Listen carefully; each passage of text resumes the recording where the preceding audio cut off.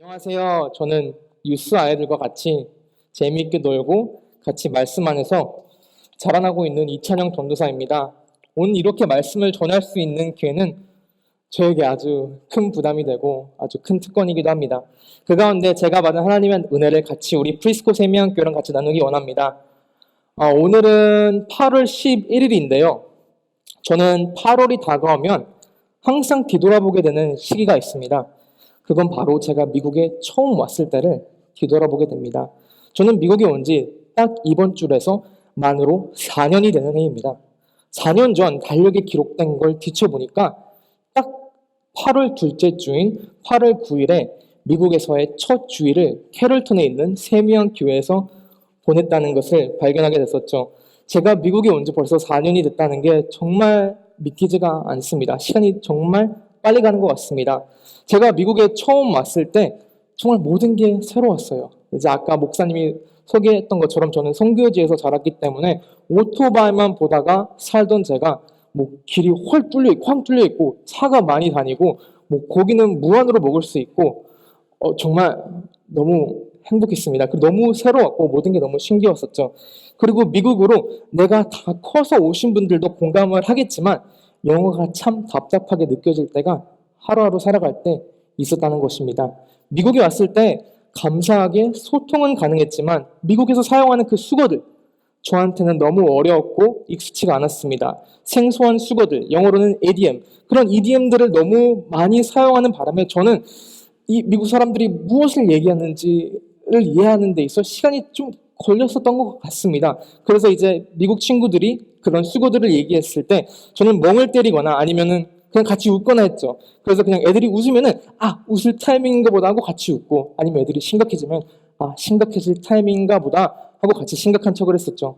미국 친구들과 시간 보낼 때는 셀 수 없는 눈치 게임을 지금 아직까지 하고 있습니다. 어느 날 교수님이랑 제가 쓴 과제에 대해서 이야기를 하고 있는데 갑자기 교수님이 갓난아기와 목욕물을 같이 버리지 말라고 말씀하시더라고요. 영어로는 Don't throw the baby with the bathwater 이라는 그런 이디엄이죠.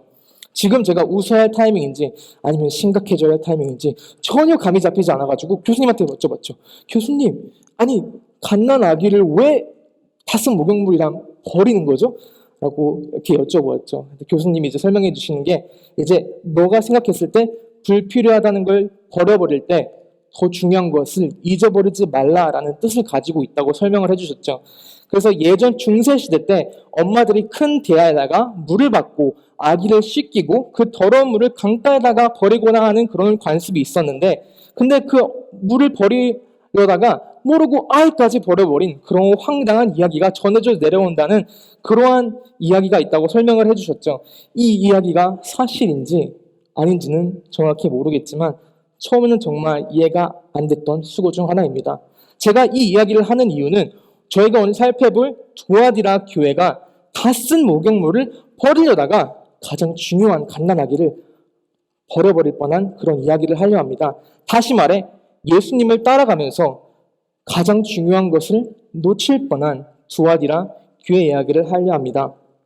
저희는 지금 요한계시록을 공부하고 있는데 저희는 지금 예수님이 요한을 통해 7 교회들에게 보내는 편지들을 살펴보고 있습니다. 7 교회 중에 가장 긴 장문의 편지를 받은 교회가 바로 두아디라 교회입니다. 그 7 교회 중 4번째 교회인 두아디라 교회를 같이 살펴볼 것입니다. 사도 요한이 각 교회에 편지를 보낼 때에 칭찬을 하며 권면을 하며 그리고 예수님이 어떠한 분이신지를 설명합니다. 그리고 각각 교회에게 편지를 할 때마다 우리가 볼 수 있는 것은 바로 각 교회에게 예수님을 다르게 묘사한다는 점이죠. 서머나 교회에게는 예수님은 처음이자 마지막이신 분이시라고 설명을 하고 있고요. 그리고 버가마 교회에게는 날카로운 양날칼을 가지신 분이시라고 등등 묘사가 되어 있는 점을 우리가 볼 수 있습니다. 예수님을 특정한 사물이나 어떠한 상징을 가지고 묘사한 것에 대해서는 그만한 이유가 각 교회에 있었기 때문인 것을 우리가 계시록을 같이 살펴보면서 관찰을 할 수가 있습니다. 같이 18절을 한번 보겠습니다. 예수님이 두아디라 교회를 향해 어떻게 표현되는지 한번 같이 보겠습니다. 18절 읽겠습니다. 두아디라 교회에 심부름꾼에게 이렇게 써보내라. 그 눈이 불꽃과 같고 그 발이 노새와 같으신 분, 곧 하나님의 아들이 이렇게 말씀하신다. 사도 요한은 두아디라 교회에 편지를 할 때는 예수님의 눈을 불꽃과 같고 그리고 노새와 같은 발을 가지신 분이라고 묘사하고 있습니다. 불꽃과 노새는 하나님의 거룩하심과 하나님의 전능하심을 보여주고 있는 것이죠. 어떻게 보면 이 말씀을 보면서 왜 이렇게 예수님을 무섭게 표현하고 있지? 라고 의문을 가지고 계시는 분들도 분명히 있으실 것입니다. 하나님은 거룩하신 하나님이시고 흠이 온전히 없으시기 때문에 그 거룩하시고 온전하신 하나님을 설명하기 위해서 이렇게 사도 요한은 묘사하고 있습니다. 마치 아주 작은 죄 하나라도 근처에 있어도 바로 티가 나는 것처럼 하나님의 거룩하심은 완전하시다는 것을 표현하기 위해서 이렇게 묘사하고 있는 것이죠. 저를 아시는 분들은 아시겠지만 저는 중국 음식을 매우 좋아합니다. 오늘 점심에도 중국 음식을 먹고 왔는데요. 근데 그 중국 음식의 특이한 점은 무엇이냐면 중국 음식에 기름이 무지하게 많다는 점입니다. 그 중국 음식을 먹으러 갈 때 될 수 있으면 어두운 계열의 옷을 입으려 해요. 그 이유는 짜장면을 먹을 때 아니면 중국 그 기름진 음식을 먹을 때 옷에 튈까 봐 그게 너무 걱정이 돼가지고 될 수 있으면 어두운 계열의 옷을 입고 가는 편이죠. 그리고 갑자기 제가 흰 옷을 입고 있는데 오늘 같은 날 갑자기 짜장면 먹으러 가자 라고 하면 굉장히 거슬리고 굉장히 신경이 쓰입니다. 만약 내가 오늘 입고 있는 이 하얀 티셔츠에 짜장면이 묻으면 어떡하지? 라고 하는 그런 걱정과 근심이 제 앞에 짜장면이 나오기 전까지 계속하게 됩니다. 짜장면이 나오고 나서는 그런 걱정, 근심이 없어지죠. 그래서 그 짜장면 소스가 흰 옷을 튀면 너무 잘 드러나게 돼 있는 거죠. 마찬가지로 하나님의 거룩하심은 너무나도 정결하시기 때문에 너무나도 순결하시기 때문에 우리의 죄가 조금이라도 있다면 흰옷에 묻은 짜장면처럼 티가 나고 치워버리고만 싶은 것입니다. 두아디라 교회의 죄는 다른 교회들이 봤을 때 어두운 옷에 묻은 짜장면 소스와 같을지도 모르겠지만 하나님이 보시기에는 흰옷에 묻은 그런 죄처럼 쉽게 드러났다는 것이죠. 그래서 사도 요한은 예수님의 눈을 불꽃과 같은 눈이라고 설명을 하고 있는 것입니다. 그럼 두아디라의 교회는 어떠한 특징을 가지고 있길래 예수님을 거룩한 분으로 설명하고 전능하신 분이라고 설명을 하고 있을까요?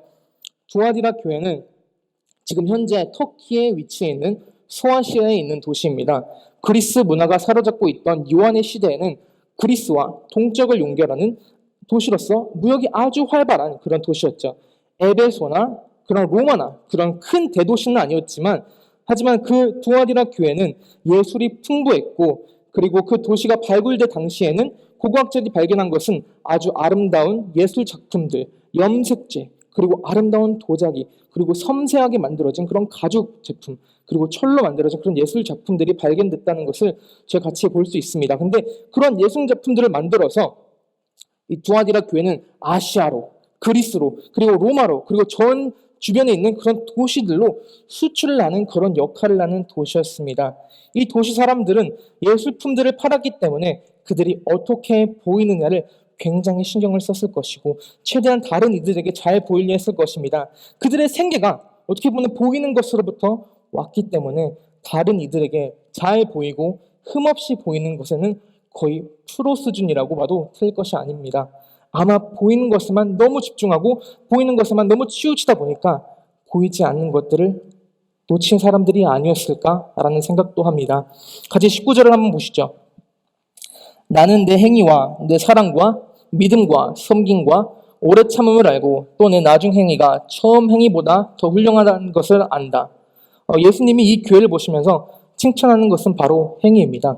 어떻게 보면 다른 사람들이 볼 수 있는 행위이죠. 아마 보이는 것에 치우치다 보다 보니까 보이는 행위에 모든 것을 쏟아 부었을 것입니다. 행위와 사랑과 믿음, 섬김, 오래 참음을 훌륭하다고 예수님께서 칭찬을 하시죠. 그 교회는 다른 교인들이 섬기고 교회 안에서 선하게 보이는 것을 잘하고 있었습니다. 다른 교회들이 봤을 때에도 참 모범이 되는 그런 교회였을 것입니다. 고아들을 돌보고 과부들에게 안식처를 주는 그러한 교회였을 것이라는 겁니다. 너무나도 선한 영향력을 주고 사회에서 큰 역할을 하려고 노력을 했을 것입니다. 그런데 그 보이는 선행 뒤에는 은밀한 죄들이 있다는 것은 다른 교회들도 몰랐을 것이고 아마 교회에 있는 교인들도 보이는 선행만 하려 하다 보니까 그런 은밀한 죄들은 옆으로 밀어쳐왔던 것일지도 모릅니다. 그럼 이 두아디라 교회, 이 교회가 가지고 있었던 그 죄는 무엇이었을까요? 같이 20절을 한번 보시죠. 그러나 내게 나무랄 것이 있다. 너는 이세벨이라는 여자를 용납하고 있다. 그는 스스로 예언자로 자초하면서 내 종들을 가르치고 그들을 미혹시켜서 간음하게 하고 우상의 재물을 먹게 하는 자다. 두아디라 교회는 이사벨이라는 그런 이름 혹은 그런 이름으로 칭을 받는 자가 용납됐다는 점에 있어서 예수님께서는 비판을 하십니다. 그것이 바로 죄라고 말씀하십니다. 그럼 이 이사벨이라고 하는 사람은 대체 누구일까요? 근데 하나의 의문점이 있는데 이 이사벨이라고 하는 이름은 헬라 문화에 속한 이름이 아니었다는 점이죠. 다시 말해 그 도시에 그 이름이 있다는 게 이상하다는 것이었죠.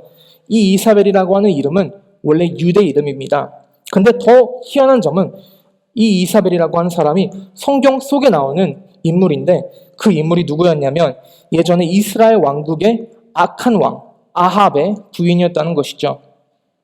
그 이사벨이라는 그런 여왕은 이스라엘을 하나님과 멀어지게 할 뿐 아니라 이스라엘을 더욱더 우상 숭배에 음란한 행위로 이스라엘 민족을 타락하게 했던 그런 주요 인물입니다. 그리고 이사벨은 바알신을 숭배하였고 엘리야가 하나님의 말씀을 선포할 때 그럴 때에 죽이려 했던 이 엘리야를 죽이려 했던 주요 인물 중 한 사람입니다.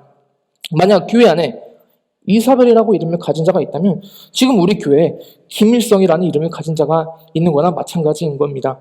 미국으로 치자면은 아이의 이름을 그냥 아예 대놓고 아돌프 히틀러라고 이렇게 짓는 거나 마찬가지라는 것입니다. 그래서 많은 신학자들이 이사벨이라는 여자 이름을 상징적인 것이라고 해석을 하고 있습니다. 이사벨은 유황으로 있었을 때 하나님의 선택받은 그 이스라엘 민족을 멸망의 길로 주도했던 인물입니다. 하나님의 선택했던 사람들을 음란에 빠뜨리고 우상 숭배를 심지어 권장을 했던 인물이었죠. 요한이 이 여인을 이사벨이라고 칭했던 것도 이 여자가 하나님의 선택받은 자들, 예수 그리스도의 몸, 교회를 서서히 멸망의 길로 주도하고 있었던 것을 이야기하고자 하는 것입니다. 두아디라의 은밀한 죄는 바로 멸망의 길로 주도하는 그 주요 인물인 이사벨을 교회 안에서 용납했다는 점입니다. 그것이 바로 두아디라 교회의 죄였던 것입니다. 그럼 두아디라 교회는 헬라 문화권에도 있었고 또한 소아시아 문화권에도 속해 있는 무역 도시였습니다. 아까 말했듯이 그 두 문화 사이에 있으면서 그 두 문화 사이에서 양쪽을 둘 다 흡속시켜서 그래서 만족하게 해서 더욱더 많은 양의 우상을 팔고 더 많은 예술품들을 팔아야지만 더 장사가 잘 되는 것이었고 어떻게 보면 더 많은 수출이 있으므로 돈을 더 많이 버는 것이었습니다. 두아디라 교회가 그 문화의 우상 숭배 관습과 음란한 행위가 아무것도 아닌 것처럼 여겨지는 그런 사회에서 빛과 소금으로 산다는 것은 매우 어려운 일이었을 것입니다. 어려울 뿐만 아니라 빛과 소금으로 산다는 것, 그 사람들과 다르게 산다는 것 아마 그렇게 살고 싶지 않았을 것이에요. 왜냐면은 그렇게 살게 되면은 그렇게 구분돼서 살게 된다면 그들의 생계에도 지장이 있을 수 있었기 때문이 아니었을까요? 그래서 어떻게 보면 이사벨 같은 여인과 그 다른 문화들을 용납하면서 괜찮다고 이야기하는 게 더욱더 쉬웠을 것입니다. 그 교회는 그때의 시대와 물들고 타협하는 것이 하루하루 살아가는 데 있어서는 더 편했을 것입니다. 자, 그러면 지금 우리가 살고 있는 우리의 시대는 어떨까요? 지금 우리 시대는 모든 것을 타협하고 모든 불의함을 용납하는 이 세대에서 지금 우리 교회가 살아가고 있습니다. 지금 이 세대의 가장 큰 두 가지 특징이 있는데 첫 번째는 바로 다른 이들에게 인정을 받고자 하는 욕망, 그리고 두 번째 절대적인 가치관을 포스트 모더니즘으로 해석함으로 인해서 절대적인 진리를 없애려 한다는 점입니다.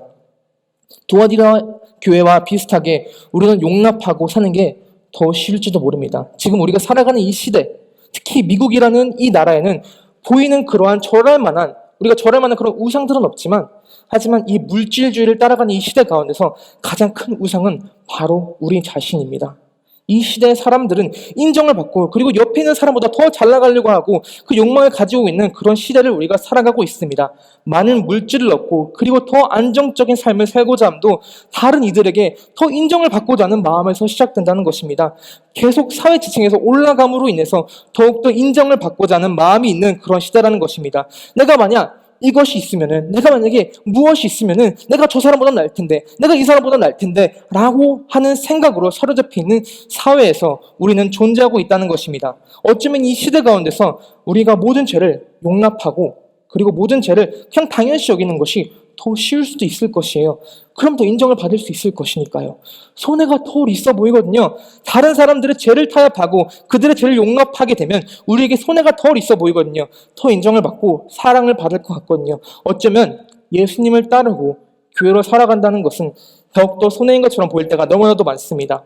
예수님만 오직 진리라고 이야기를 하면 사람들이 손가락질을 합니다. 그러면서 너의 생각 너무 좁다. 왜 그렇게밖에 생각을 안 하냐? 라고 손가락질을 하는 사회에서 우리는 살고 있습니다.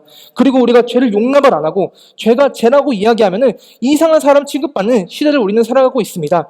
진리가 없어지고 개인의 해석이 최우선이 되어버린 사회를 우리는 살아가고 있다는 것이죠. 두아디라 교회도 마찬가지였을 것입니다. 살아가고 있는 그 도시에서 도시에 있는 사람들과 다르게 산다는 것은 손해인 것처럼 보였을 때가 너무나도 많았다는 것이죠. 하지만 그런 죄를 지음에도 불구하고 자비로우시고 은혜로우신 하나님은 그 은밀한 죄를 가지고 그 죄를 옆으로 밀어두었던 그 두아디라 교회에게 또 한 번의 기회를 허락하십니다. 21절 같이 읽겠습니다. 내가 그에게 회개할 기회를 주었으나 그는 자기 유명을 회개하려 하지 않았다. 하나님은 죄악된 우리에게 기회를 다시 한번 허락해 주십니다. 기회를 주시면서 다시 내게로 오라고 말씀하십니다. 이사벨을 따랐던 자를 뿐만 아니라 이사벨에게까지 기회를 허락해 주십니다. 하지만 이사벨은 뒤돌아서서 계속해서 암세포같이 교회를 무너뜨리려고만 했습니다. 하나님의 심판은 분명히 이사벨과 교회를 타락하게 했던 자들에게 분명히 있다고 예수님께서는 말씀을 하십니다. 회개의 기회를 허락하시고 나서 하나님은 거룩하려고 노력을 하던 그 교인들, 그런 성자들에게 칭찬을 하십니다. 하나님은 죄를 용납하지 않고 거룩하려고 최선을 다하고 있는 교인들을 기억하시는 분이십니다. 그리고 말씀하시죠. 24절과 25절입니다. 그러나 두아디라 있는 사람들 가운데서 그의 가르침을 받아들이지 않는 사람들, 곧 사탄의 깊은 흉기에 물들지 않는 사람들이 너희 남은 사람들에게 내가 말한다. 나는 너에게 다른 짐을 지우지 않겠다. 다만 내가 올 때까지 너희가 가지고 있는 그것을 굳게 붙잡고 있어라. 다시 한번 우리의 세대를 한번 돌아보죠. 우리가 살고 있는 이 시대를 돌아보죠. 우리 시대를 돌아와서 볼 때 우리가 예수님을 따라 산다는 것은 더 손해를 보이는 것처럼 보일 때가 너무나도 많습니다. 두아디라 교회도 마찬가지였을 것이고요. 그렇게 생각을 했을 것이고요. 교회로 살아간다는 것, 빛과 소금으로 살아간다는 것이 더욱더 큰 손해인 것처럼 보이는 이 세대 가운데 예수님은 우리에게 거룩하라고 다시 한번 말씀하십니다. 그리고 더욱더 힘써 빛과 소금의 역할을 하라고 말씀하십니다. 썩어가는 이 세상 가운데 썩어가는 것들을 보존하고 어두컴컴한 이 세상 가운데 빛이 되라고 말씀하십니다. 하지만 세상에서 물들지 않고 구분되고 선한 영향력으로 살아가려 할 때 더 큰 손해를 보는 것 같아요.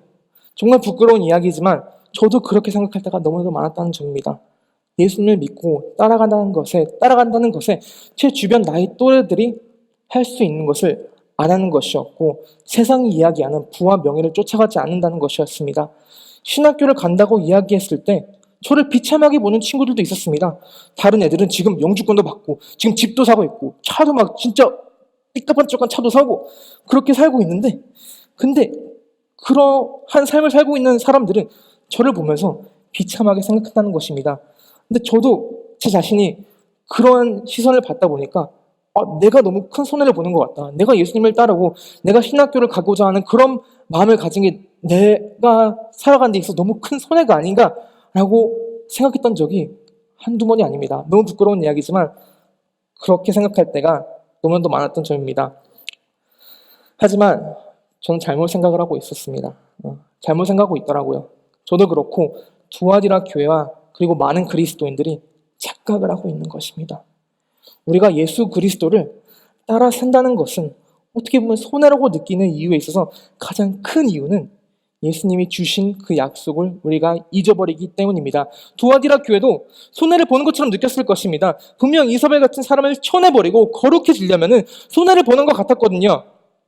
그 이사벨이라는 사람을 용납하고 더 많은 사람들을 용납하는 것이 더 좋고 더 편했을 것이에요.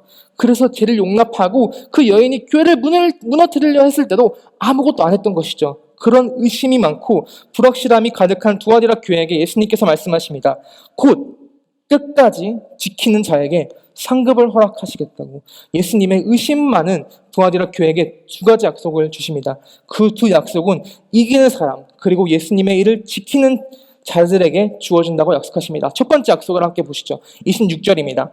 이기는 사람 곧 내 일을 끝까지 지키는 사람에게는 민족들을 다스리는 권세를 주겠다. 그는 쇠지팡이로 그들을 다스릴 것이고 민족들은 마치 질그릇이 부수어지듯이 할 것이다. 그리고 두 번째 약속을 보겠습니다. 두 번째 약속은 28절인데요.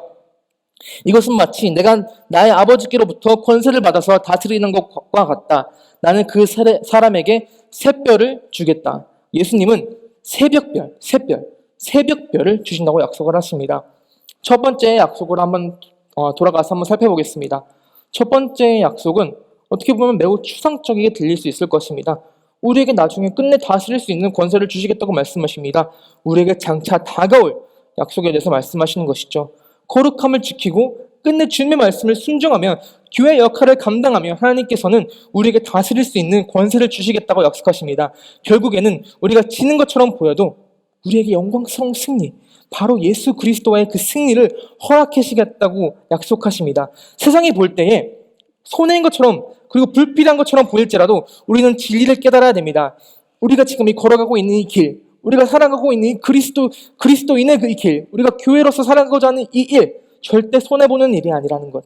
그리고 우리에게 주시는 두 번째 약속, 그 두 번째 약속은 우리에게 새벽별을 허락하신다고 말씀하십니다. 새벽별을 주시는 것이 그냥 우리가 단순히 죽고 나서 예수님께서 옛다 하고 한 행성을 주시는 것이 아닙니다. 새벽별의 가장 큰 특징은 태양 다음으로 가장 밝은, 우리에게 지금 보이는 가장 밝은 별이라는 것입니다. 이제 어두움에서 빛으로 넘어가는 그 순간에 가장 밝게 빛나는 별, 그 별이 바로 새벽별이라는 것이죠. 계시록에 다시 한번 새벽별이라고 칭함이 있는 그런 구절이 있는데요. 계시록 22장 16절인데요. 한번 띄워주시면 어떻게 나와 있냐면 나 예수는 내 천사를 보내 교회들에 대해 너에게 이것을 증언하게 했다. 나는 다윗의 뿌리요 자손이며 빛나는 샛별이다. 우리는 두아디라 교회처럼 우리가 이제 가장 밝게 빛나는 분이 예수님이라고 말씀하십니다. 그러므로 우리는 이 새벽별을 받기 위해서 그리고 우리가 다스릴 수 있는 그 권세, 우리가 끝내 이길 것이라는 그 약속을 받기 위해서는 우리는 지켜야 합니다. 그럼 우리로서 지켜야 하는 것이 무엇이고 우리가 끝까지 해야 하는 것이 무엇일까요? 우리는 두아디라 교회처럼 삶의 어떠한 부분에서 죄와 용납하는 것이 아니라 우리는 거룩해져야 한다는 것입니다. 그리고 더 나아가 잊어버려서는 안 됩니다. 우리에게 약속하신 하나님의 말씀, 곧 우리에게 허락하실 예수 그리스도를 잊어서는 안 된다는 것입니다. 이 세상에서 우리가 손해보는 것 같다고요? 그렇게 보이는 게 어떻게 보면 너무나도 당연한 것이에요. 왜냐하면 우리는 보이는 것을 너무 좋아하는 사람들이기 때문입니다. 우리의 조상인 아담과 하와도 너무 보기 탐스러운 그 선악과를 따먹음으로 인해서 죄를 지었던 것처럼 우리는 자연스럽게 우리의 시선이 세상으로 향하게 돼 있고 우리의 시선이 더 좋은 것으로 향하게 되는 것이 당연한 것이라는 것이죠. 하지만 우리는 영원한 것, 없어지지 않을 것, 바로 우리에게 주어질 예수 그리스도, 그리고 삼위일체 하나님과의 교제, 하나님을 누림으로 오는 그 기쁨, 그리고 이 세상에서 얻을 수 없는 그 행복, 우리에게 주셨다는 것을 우리가 잊어서는 절대로 안 됩니다. 우리로서는 매일매일 하루하루를 살아가는 그 가운데 하나님의 말씀을 지키며 온전하신 예수님 앞으로 나아가야 할 것입니다. 우리를 예수 그리스도 안에서 비추어 봐야 하며 우리가 어떻게 하면 더 하나님을 닮을 수 있을까를 계속해서 점검해 봐야 합니다. 결국 끝내 우리가 예수 그리스도를 얼굴과 얼굴로 맞대었을 때 우리는 끝내 이야기할 수 있어야 됩니다. 내가 주님을 위해 선한 싸움을 싸웠습니다. 정말 힘들었지만 그 싸움 가운데 정말 행복했습니다. 주님이 나와 함께 하셨기 때문에 정말 행복했습니다. 라고 고백할 수 있는 성도들이 되어야 합니다. 더 나아가 이 세상에서 우리가 얻을 수 없는 행복을 우리가 살고 있는 지금 이 가운데서 허락해 주실 것이라는 것을 우리가 또 믿고 그리고 그 믿음을 가지고 나아가야 됩니다. 거룩함을 지키는 것 어렵다고요? 당연히 어렵습니다. 어렵게 들립니다. 너무 어렵고 고달프고 어쩔 때 예수님을 믿고 살아간다는 것이 외로울 때도 있을 것입니다.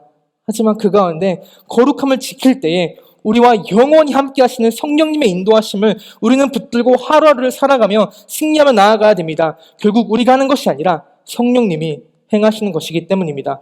그럼 우리가 그러면 최선을 다해서 아주 엄청난 힘을 써가지고 죄를 안 지으려고 그리고 거룩하려고 노력을 하면 성공을 할까요? 그럼 우리가 거룩함을 지켰다라고 끝내 얘기할 수 있을까요? 우리가 하루 7시간 성경을 읽고 7시간 기도를 하고 그리고 만약에 내 가운데 불끈는 그런 욕망이 이제 차오른다면 내가 40일 금식 들어가고 그 후에 끝나면은 내가 끝내 외칠 수 있을까요? 나는 이제 거룩해졌다 라고 이렇게 외칠 수 있을까요? 아니요. 전혀 그렇게 못합니다. 우리가 얼만큼 노력을 해도 우리가 그 거룩함을 도달할 수 없다는 것이죠. 우리는 죄에서 이길 수 없는 존재들이에요. 우리는 죽어야 할 마땅한 존재들입니다. 우리는 죄에서 자유함을 얻을 수 없는 존재들이라는 거죠. 희망이 전혀 없는 존재들이고 스스로 절대로 거룩해질 수 없는 존재들입니다. 하지만 예수 그리스도는 해내셨습니다. 죽어야 할 우리를 우리 대신 죽으시고 우리에게 자유를 허락해 주신 분이십니다. 예수 그리스도가 우리를 대신해서 죽으심으로 인해 우리에게 새로운 생명을 허락해 주셨습니다. 우리가 살아가고 있는 새로운 삶은 우리가 죽고 예수님만이 우리 안에 살아계시는 삶입니다. 우리가 해야 할 것은 다름 아닌 예수님만을 바라봐야 된다는 것입니다. 그리고 이해해야 됩니다. 예수 그리스도가 더 낫다는 것을. 이 세상 어느 것보다 예수 그리스도가 더 좋다는 것을. 저는 죄와 싸우려고 할 때, 거룩하게 살려고 할 때 실패할 때가 너무나도 많습니다. 정말 안 되더라고요. 오히려 죄랑 싸우려고 생각만 하다가 그 죄 생각만 하게 되더라고요. 하지만 반면에 내가 예수님으로 가득 채워졌을 때, 내 생각에 예수님만 계실 때 오히려 그 죄들은 서서히 사라지더라고요. 그럼 우리가 죄에서 승리하는 방법은 무엇일까요? 우리가 거룩해지는 방법은 무엇일까요? 우리가 예수 그리스도만을 바라볼 때입니다. 그분의 생각으로 가득 채워졌을 때입니다. 우리가 그분이 이 세상 모든 것보다 더 좋다는 것을 인식할 때입니다. 다 같이 히브리서 12장 2절 말씀을 한번 살펴보겠습니다. 그리고 우리의 믿음의 근원이시며 우리 믿음을 온전케 하시는 예수님을 바라봅시다. 이제 찬양팀은 올라와 주시고요. 이제 갓난아기와 엄마의 이야기로 돌아가 봅시다. 아까 설명해 드렸던 거 기억나시죠? 그 엄마는 무엇을 버리고 무엇을 지켜야 했을까요? 갓난아기를 지키고 다 썩어버린 목욕물을 버리고 뽀송뽀송한 아이를 집으로 데려왔어야만 했었죠. 마찬가지로 그럼 두아디라 교회는 무엇을 지켜야 했을까요? 그것은 바로 하나님을 더욱더 사랑하는 그 마음을 지켰어야 했을 것입니다. 사랑하는 세미한 프리스코 여러분, 우리는 하나님을 더욱더 사랑을 해야 합니다.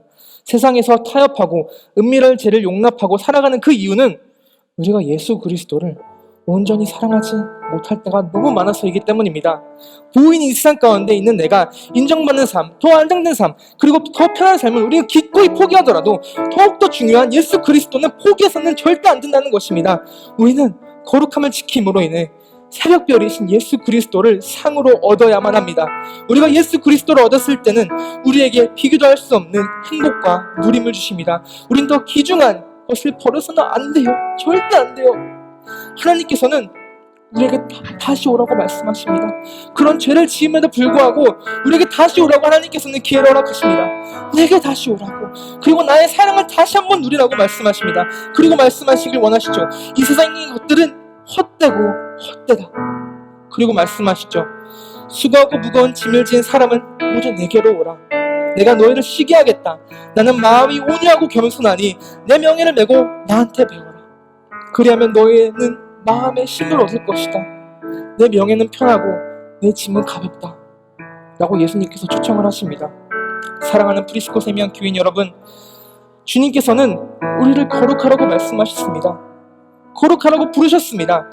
그리고 그 길 가운데 우리를 내버려 두지 않으시는 분이십니다. 우리와 영원히 함께 하시는 분이십니다. 우리가 더욱더 예수님을 사랑할 때에 우리는 마침내 주님의 마음을 가지게 될 것입니다. 하나님께서 우리에게 거룩하라고 말씀하십니다. 그 이유는 하나님이 우리와 함께 하시기를 원하시기 때문입니다. 우리 모두 다 하나님께로 돌아갑시다. 그분의 활짝 펴신 팔 가운데로 돌아갑시다. 지금 다 같이 일어나기를 원하는데요. 지금 다 같이 일어나서 찬양을 부를 건데, 이 찬양을 부를 때 다 같이 기억하길 원합니다. 우리는 언제나 여호와의 품으로 돌아갈 수 있다는 것을, 우리는 언제나 그 사랑 안에 거할 수 있다는 것을, 우리가 삶이 버겁고 힘겨울 때에도 우리는 잠시 하나님을 떠나 있을 때에도 하나님의 사랑은 우리와 영원히 함께 하시다는 것, 우리와 영원히 함께 하고 싶으신 하나님이십니다. 사랑의 하나님이십니다. 우리 다 같이 찬양하시겠습니다.